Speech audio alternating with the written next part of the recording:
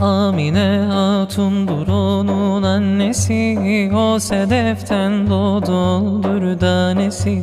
Rebiül evvel ayının nicesi, 12. pazartesi gecesi.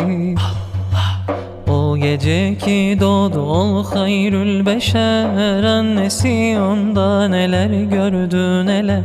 Dedi gördüm o Habibin annesi, bir acep nur ki güneş pervanesi.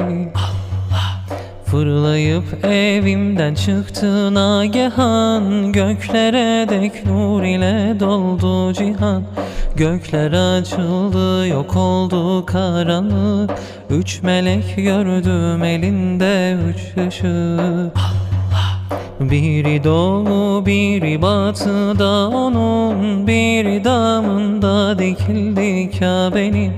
İndiler gökten melekler saf